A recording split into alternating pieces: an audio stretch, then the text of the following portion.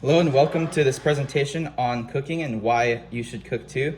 In this video, I'll be cooking this egg. And the way I'll be cooking it is hard boiling it in this pot of water, as shown here.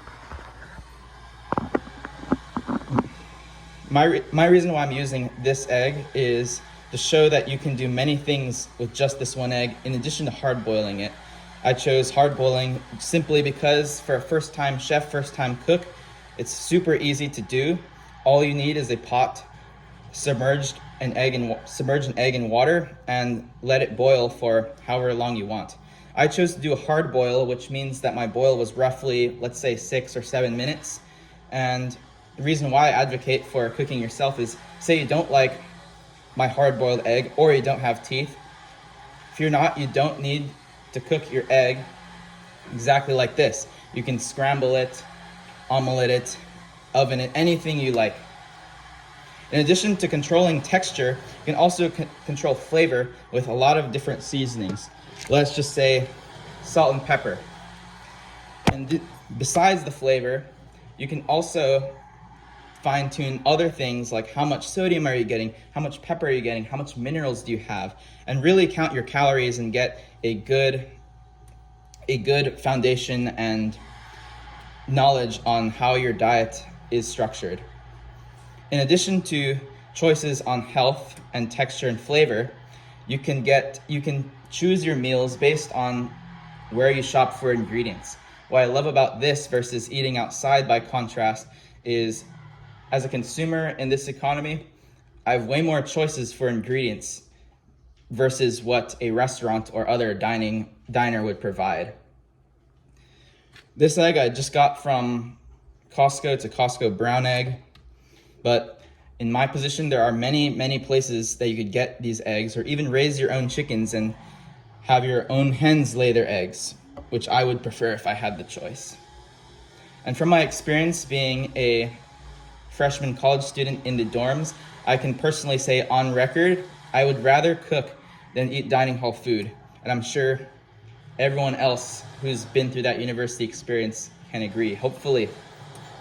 And if you don't take my word for it, there are a few academic studies I'd like to discuss. First being an American study conducted by the National Institute of Health. It was in 2007 to 2010.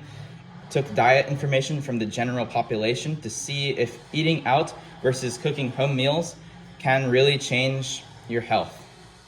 And through 2007, 2010, the samples were general populace, let's say a normal distribution of age and gender and other demographics. And what the study found was, in general, eating out is slightly worse for your health and wallet compared to eating at home. The only cost is time to cook, but that time to cook may not be so boring, so unenjoyable as one might make it out to be. The last point I have to share is the culture behind cooking. School is almost out for those in school, and it's almost summertime for everyone. And what does summertime mean?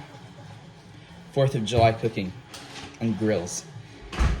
Sharing a meal with those around you is probably the best thing you can do for yourself and for your family.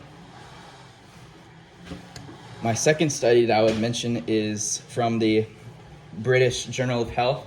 This study was conducted in 2015 in 11 European countries to survey the daily diets of the same general populace, a spread of between gender and age. And the aim of that study was to link eating out versus eating in to obesity as an epidemic. Spoilers, this study was not conclusive on if eating out causes obesity, but one key observation that this study in Europe found was eating out means that you encounter higher density foods more often than you wouldn't have otherwise at home.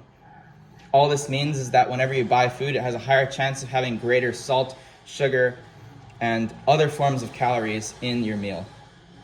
And finally, to wrap up this presentation, I'd like to unravel this egg and show you what it looks like. One moment as I get a plate.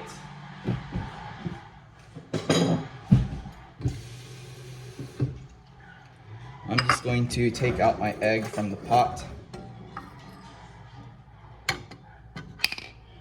I'm just going to leave it in some cold water, and why I do this, I guess, is to make sure it's easier to wrap off the membrane around this egg. And that's pretty much all my reasons for loving cooking. If you don't take my word for it, you can take those 2 studies, or better yet, try yourself with an egg, scramble, sunny side, or hard boil, and see what you like. Thank you for listening.